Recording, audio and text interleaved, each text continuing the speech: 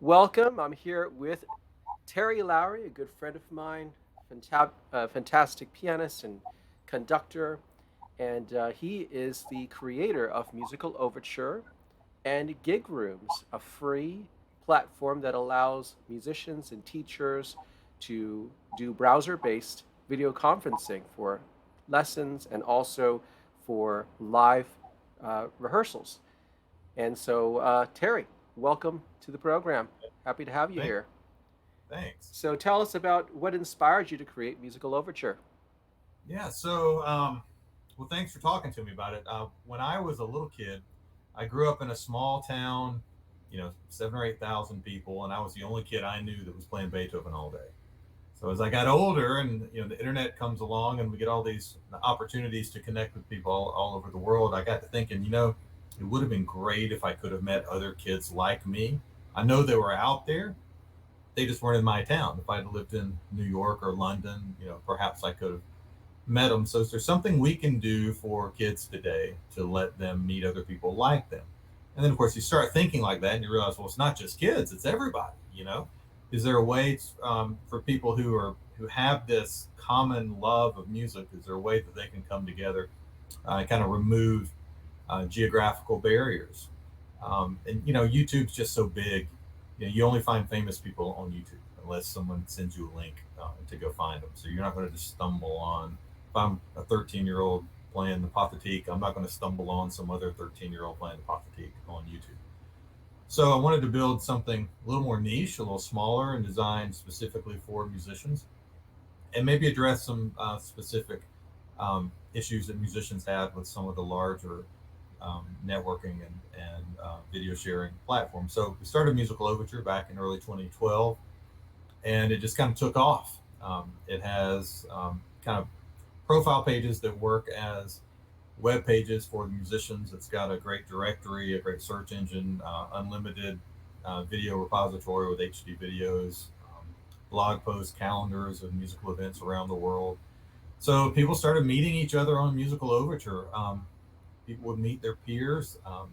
Students would find teachers. Teachers would find students.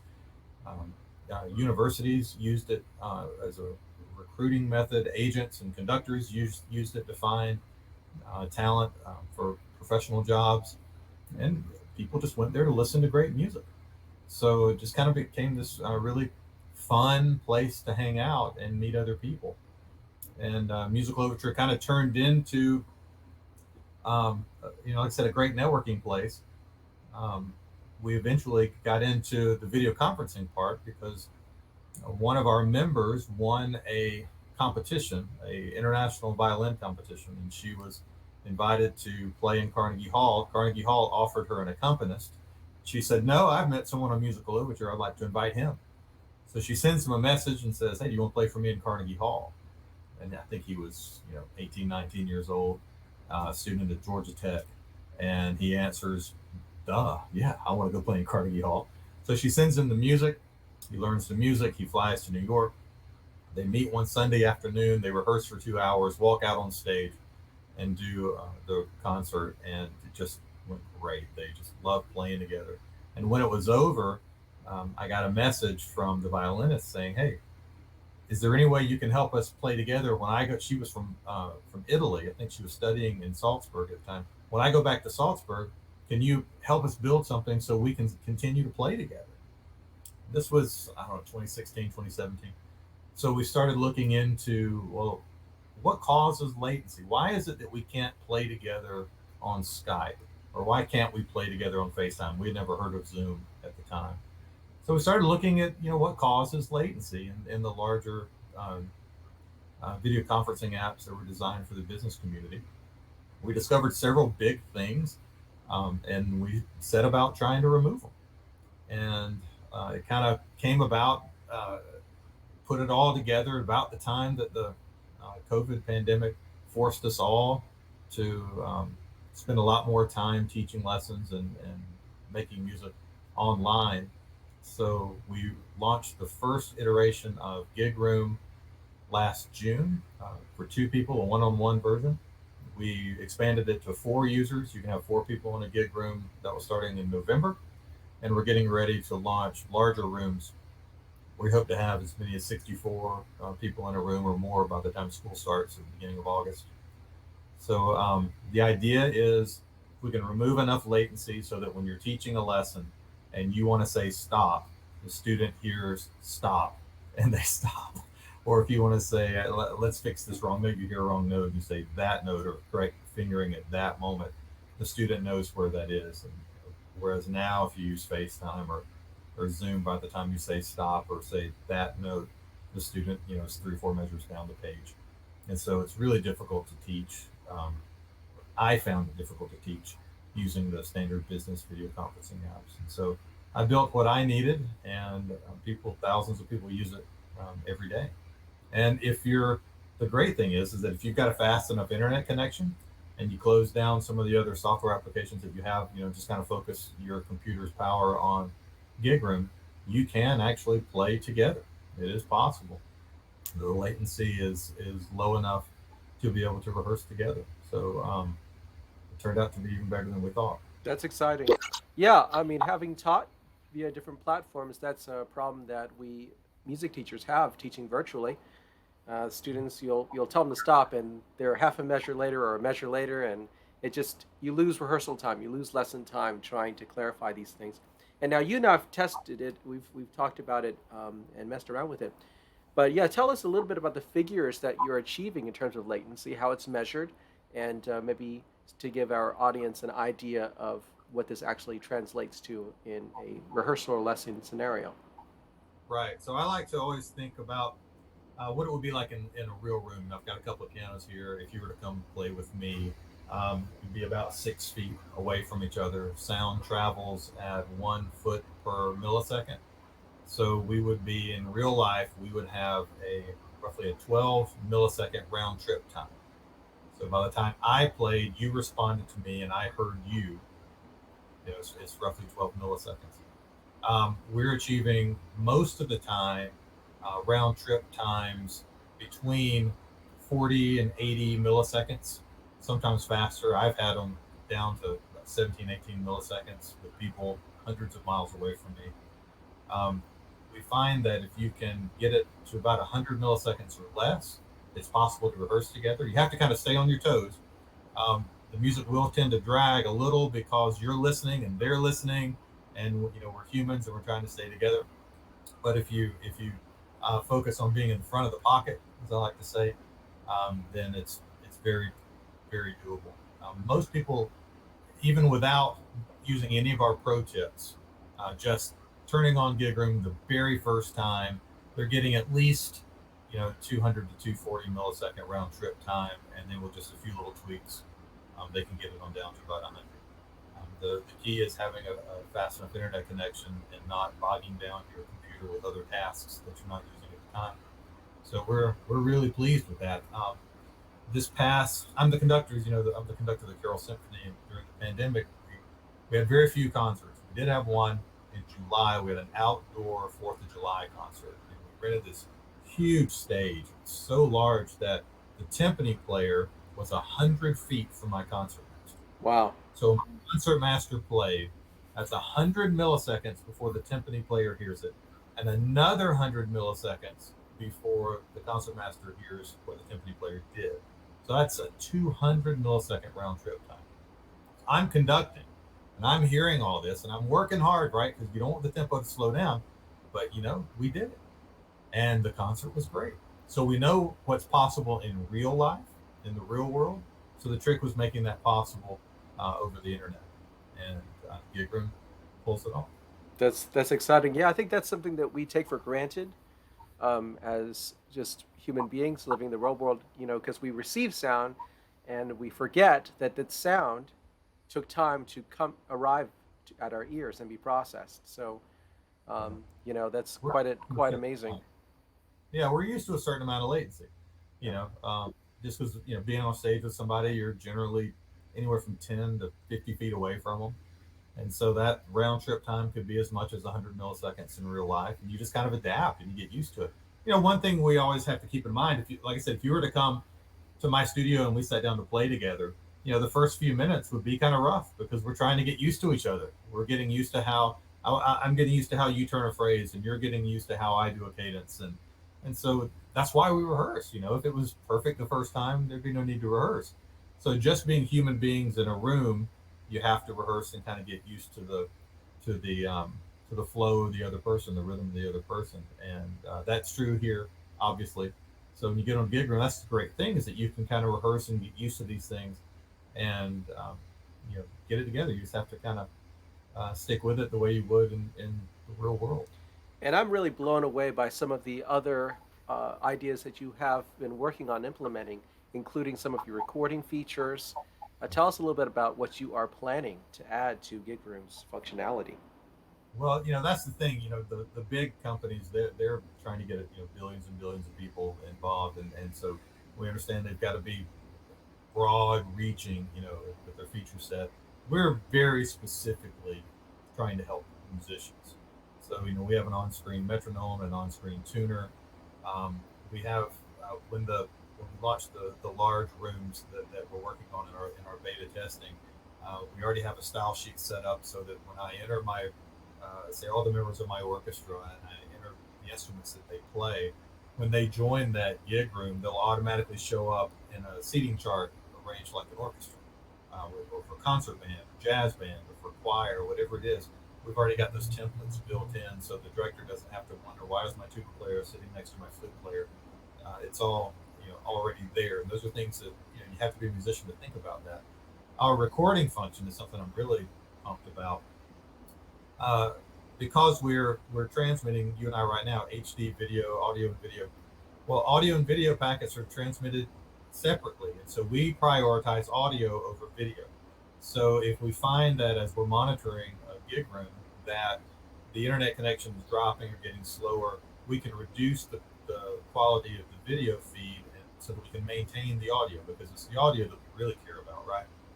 When we're playing together, I'm looking at my music. I'm not staring at your screen.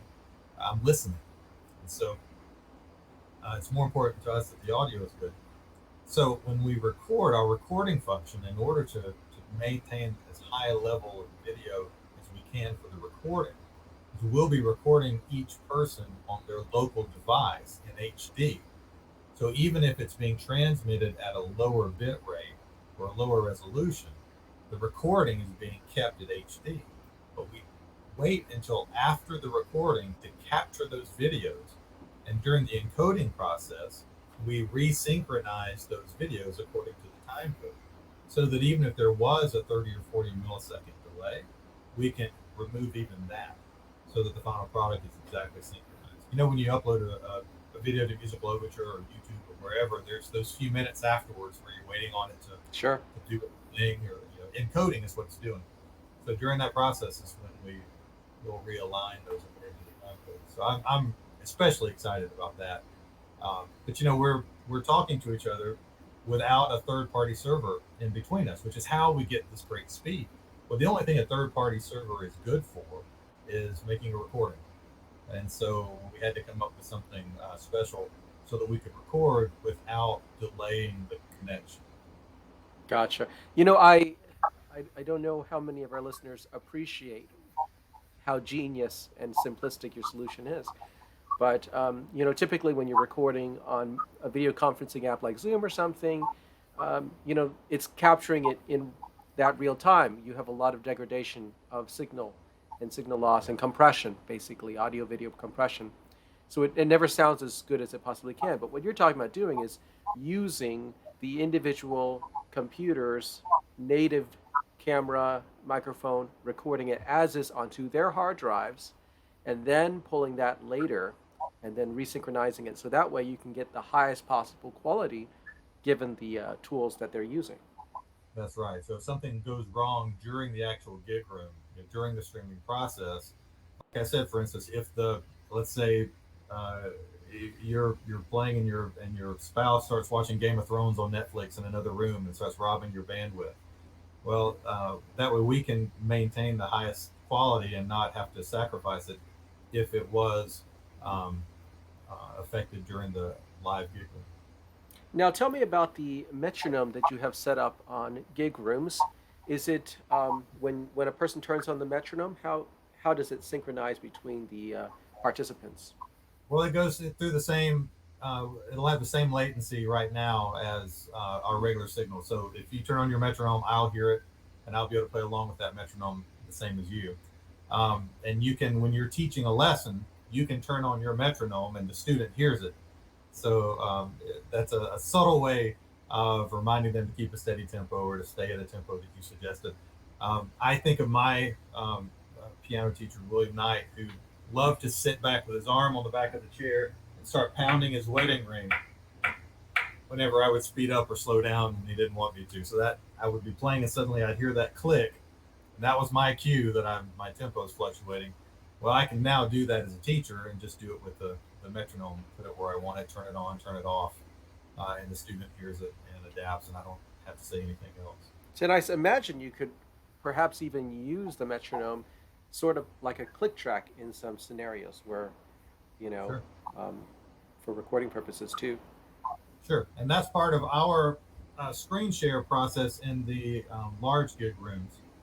Um, let's say that I've got an orchestra with 60 people playing and I'm conducting. Well, what the player only sees me and their music. We don't want the players looking at each other, right? We want the players looking at the conductor. So the players are looking at me and at their music, and that the music is coming to them as a screen share. So I can write on their music if I want to. I can circle notes, whatever. They then have a copy on their computer of the annotated PDF that they can then print out and use in their practice time, piano or the music stand, wherever. And part of that function allows me to control their metronome. So I can speed up their metronome and slow it down, and again use it as a click track. A tuner there also. Now these things, funny, the metronome and the tuner were suggestions from other teachers who were already using Gig Room. So they were using Gig Room, and they sent a message to us to support at gigroom.com and just said, hey, you know what? It'd be really great if you had a tuner here, so I didn't have to leave Gig Room to go get a tuner and then come back. And I thought, well, that's brilliant. We should have thought of it already. Let's do it. And so hopefully more ideas will come in, which actually leads me to something that I hope you'll bring up. You've got a great setup for teaching online. And when you and I demoed the Gig Room together, I was just blown away with the way that you've got your studio set up. And I'd love to see that again and make sure that everyone gets to see Yeah, your. appreciate that, Terry. You know, it's learning to teach virtually has been a challenge for all of us, and my solution was to find inspiration from video game streamers, and they use OBS Studio, and that's what I've been using, OBS Studios, and it allows you to just really interface a lot of cameras and a lot of different setups and systems to make for a very, you know, streamlined teaching experience. But yeah, I'll go through some of the views here, but you know, it allows me to show my face, the keyboard. I can zoom in, I can share, you know, sheet music. There's lots of different potentials, but basically you can, you know, do pretty much anything you want to do, and it just, you know, switches from view to view very very easily. But And I'm seeing all that in my Gig Room window with you. that's right. And it's fantastic. And so the phrase I've been using, I went home, I told my wife how you did this, and I said, let me tell you how he gigs. And so we've got this phrase now, how do you gig? And so I'm really interested to see how other teachers have done their studios, set up their studios. And that's kind of my question, how do you gig? Yeah, Um, yeah. but I love it. Yeah, well, thanks so much, Terry. This, you know, is I think just such a breath of fresh air, and so remarkable how this is really catered towards musicians. It's the first that I've ever seen, that I know of a video conferencing browser-based or any, you know, service-based that focuses primarily to service musicians and their needs. So, and you offered this free of cost. Yeah. So Well, I will include links to Musical Overture as well as Gig Rooms. Check it out. And yeah, we appreciate having you on the program, Terry. Thanks so much. thank you. Thank you so much.